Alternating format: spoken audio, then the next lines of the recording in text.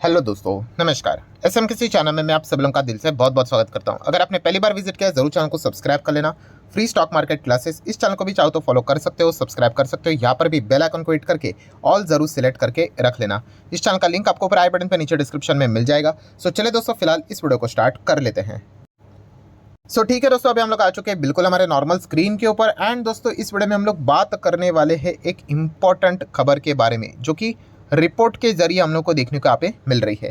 दोस्तों, आप देख सकते हैं हमारा जो बाजार है काफ़ी अच्छा परफॉर्मेंस दे रहा है। रिटर्न्स के हिसाब से अगर देखा गया तो हाल ही में मैंने इससे रिलेटेड भी एक वीडियो बनाया था कि ये जो अभी का परफॉर्मेंस चल रहा है हमारे मार्केट का, ठीक है, अभी का मतलब 2023 जो अभी खत्म होते हुए देखने को मिल रहा है, एकदम कमाल का चल रहा है।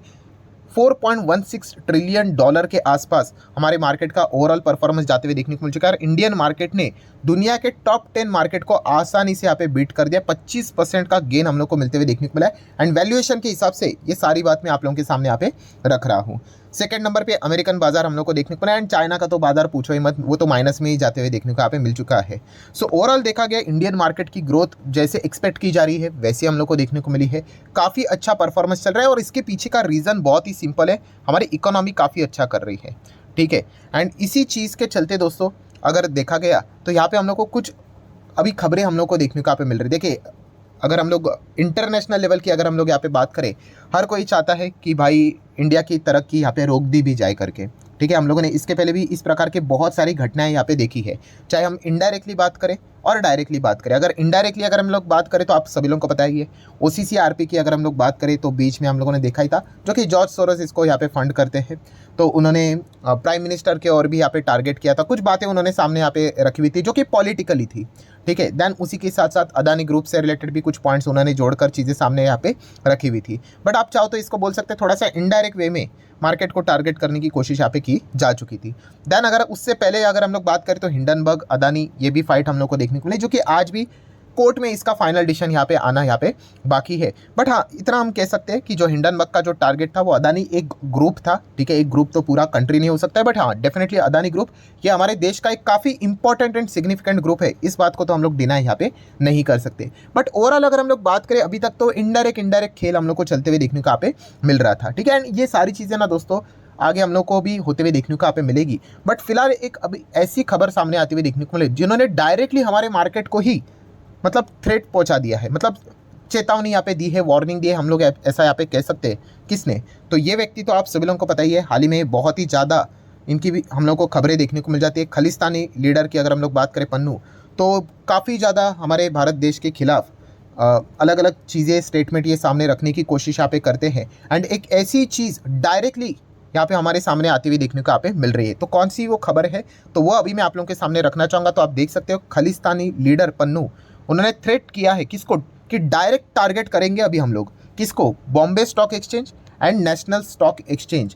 किस चीज़ के चलते कि भाई आने वाले समय में इंडियन स्टॉक्स को ज़बरदस्त तरीके से हम लोग डंप करवाएंगे, ठीक है। एंड तारीख देखिए कौन सी उन्होंने सिलेक्ट की है, 12 मार्च। ऑब्वियसली ये रिपोर्ट के जरिए हम लोग को खबर देखने को मिल रही है। सबसे इंपॉर्टेंट चीज़ ये, इसी पैराग्राफ में काफ़ी चीज़ें देखने को यहाँ पे मिल रही है कि डायरेक्ट टारगेट की बात हो रही है। और इस वक्त कोई ग्रुप नहीं, कोई पर्टिकुलरली मतलब इंसान नहीं, सीधा स्टॉक्स मार्केट की यहाँ पे बात हो रही है। हमारे जो 2 रिकॉग्नाइज एक्सचेंजेस है NSE BSE, उनको ये टारगेट करने वाले हैं। एंड हमारे जो शेयर्स है उनको डंप करने की बात करें। एंड तारीख 12 मार्च, अभी 12 मार्च की अगर हम लोग बात करें इसमें क्या खासियत है तो दोस्तों अगर आप 12 मार्च ये तारीख देखोगे 1993, यस 12 मार्च को आपको याद होगा। एंड अगर जिनको नहीं पता है तो थोड़ा सा वो चेक भी अगर कर लेंगे, यस हमारे मतलब देश में जो मुंबई है वहाँ पे हम लोग को काफ़ी सीरियल ब्लास्ट होते हुए देखने को मिले थे, ठीक है। अलग अलग जगह पे ब्लास्ट होते हुए देखने को मिले थे और उसमें से एक प्लेस था बॉम्बे स्टॉक एक्सचेंज भी।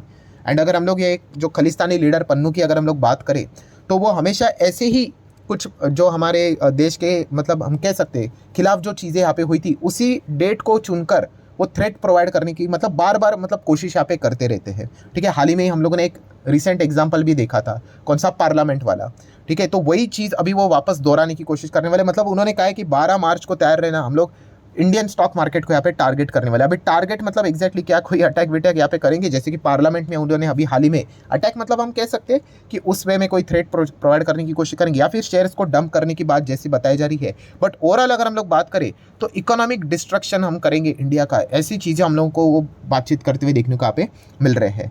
सो डेफिनेटली अभी हम कह सकते हैं इस चीज़ के चलते सरकार भी यहाँ पे अलर्ट होते हुए देखने को मिलेगी, बिकॉज देखा गया तो ऐसे काफ़ी उन्होंने थ्रेट इसके पहले भी प्रोवाइड किए थे, जैसे कि ICC वर्ल्ड कप के वक्त भी उन्होंने यहाँ पे कुछ थ्रेट दिए थे। देन रिसेंटली बात करें इंडियन पार्लियामेंट की बात, 13 दिसंबर, आप सभी लोगों को याद है 13 दिसंबर को ही पार्लियामेंट के ऊपर भी अटैक हुआ था कुछ सालों पहले, ठीक है, उसी की एनिवर्सरी थी। एंड उसके बाद हम लोगों ने देखा था कि पार्लियामेंट में 2 व्यक्ति हम लोग को एंटर करते हुए देखने को मिले थे, उनके पास स्मोक ग्रेनेड हम लोग को देखने को मिल रहे थे, ठीक है, वो स्मोक ग्रेनेड थे, इसलिए मामला कुछ ज़्यादा सीरियस हुआ नहीं, किसी की जान गई नहीं। अगर वही कोई हैंड ग्रेनेड विनेड जैसी चीज़ें होती तो ये मैटर काफ़ी ज़्यादा सीरियस होते हुए देखने को यहाँ पे मिल सकता था। तो इस प्रकार की चीज़ें पहले भी हम लोग को होती हुई देखने को मिली। एंड अभी उनका नेक्स्ट थ्रेट यही है कि आने वाले समय में ये जो 12 तारीख यहाँ पे रहेगी, ठीक है, वो क्या करेंगे, 12 तारीख को इंडियन मार्केट को एंड खास करके इंडियन स्टॉक्स को वो टारगेट करने की कोशिश यहाँ पे करने वाले हैं। अगर जैसे मैंने कहा कि ये 12 मार्च की बात करिए, देखिए 31st एनिवर्सरी हम लोग को देखने को मिलने वाली है। मुंबई सीरियल ब्लास्ट जो हम लोग को देखने को मिला था, और BSE में भी एक हम लोग को वो घटना होती हुई देखने को यहाँ पे मिली थी।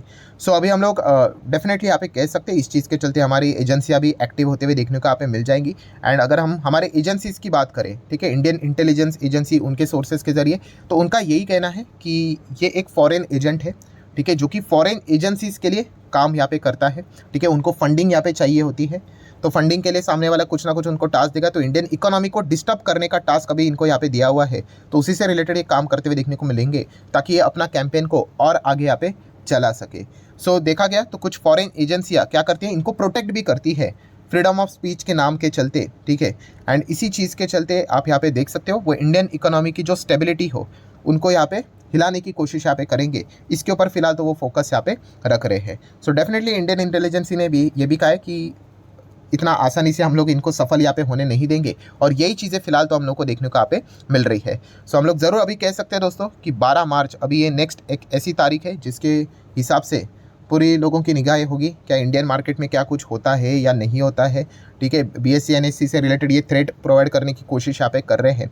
एंड इंपॉर्टेंट चीज़ क्या है दोस्तों, अगर वो ये कह रहे हैं कि वो स्टॉक्स को डंप करेंगे, ठीक है, अगर आपको इंडेक्स लेवल पे चीज़ों को अगर आपको डिस्टर्ब करवाना है तो आपको क्या करना पड़ेगा, निफ्टी 50 वाले जो स्टॉक्स है, खास करके हम कह सकते हैं जो लार्ज कैप कंपनियां हैं, ठीक है, उनको डंप करवाना पड़ेगा। एंड अगर वो डंप करने में सक्षम अगर रहे तो जाके हमारे मार्केट को तकलीफ यहाँ पे हो सकती है, ठीक है। अभी करेंगे नहीं करेंगे, सफल होंगे नहीं होंगे, ठीक है, क्योंकि अगर डोमेस्टिक लेवल पे भी अगर हम लोग देखा जाए तो काफ़ी पैसा म्यूचुअल फंड्स के भी पास हम लोग को आते हुए देखने को मिल चुका है, काफ़ी रिटेल इन्वेस्टर भी इस वक्त हम लोग को एक्टिव रहते हुए देखने को यहाँ पे मिल रहे हैं। तो एक देखने वाली बात यहाँ पे होगी कि क्या ऐसा कुछ घटना होती है भी या नहीं। प्लस उसी के साथ साथ उन्होंने ये भी एक थ्रेट, मतलब रिपोर्ट के जरिए चीज़ें देखने को यहाँ पे मिल रही है कि कुछ हमारी कंपनियां विदेश में भी देखने को मिल जाती है, तो उनके भी वहाँ पे जो स्टॉक्स रहेंगे शायद से उनको भी टारगेट करने की कोशिश ये यहाँ पे कर सकते हैं। इस प्रकार की खबरें हम लोग को फिलहाल तो देखने को यहाँ पे मिल रही है। सो जैसे मैंने कहा कि होगा नहीं होगा वो तो वक्त ही बताएगा, 12 मार्च का इंतजार करना पड़ेगा। बट शायद से क्या पता आज के दिन क्या ये मार्केट आकर्षण पे गिरा, कि इसी न्यूज़ के चलते यहाँ पे गिरा, तो इसी की भी चर्चा हम लोग को फिलहाल तो होते हुए देखने को यहाँ पे मिल रही है। एंड प्लस उसी के साथ साथ कुछ और भी रिपोर्ट्स के जरिए हम लोग को खबरें यहाँ पे आती हुई देखने को मिले, मैं जस्ट आपके यहाँ पे सामने रख रहा हूँ। तो कुछ लोगों का ये भी मानना है कि अमेरिकन बाजार को वापस रिटर्न्स के मामले में भी आगे लेके जाने के लिए ये भी कोशिश यहाँ पे हो सकती है कि इंडियन स्टॉक्स को यहाँ पे डंप किया जा सकता है 12 मार्च को, एंड साइमल्टेनियसली अमेरिकन मार्केट में वो पैसा ट्रांसफर करने की कोशिश यहाँ पे करिए, मतलब अमेरिकन स्टॉक्स को यहाँ पे खरीदा जाएगा। ऐसी भी बातें कुछ हम लोगों को अभी रिपोर्ट के जरिए आते हुए देखने को मिल रही है। इसलिए मैंने कहा कि ये सारे इफ बट का खेल देखने को यहाँ पे मिल रहा है, इसमें भी कुछ अफवाहें यहाँ पे हम लोग को देखने को मिल सकती है। सो पूरा जो दूध का दूध है पानी का पानी, वो 12 मार्च को यहाँ पे पता चलेगा कि क्या वाकई में ऐसी कोई चीज़ें होती है या नहीं, या फिर वो कोई ऐसी कोशिशें करते हैं भी या नहीं।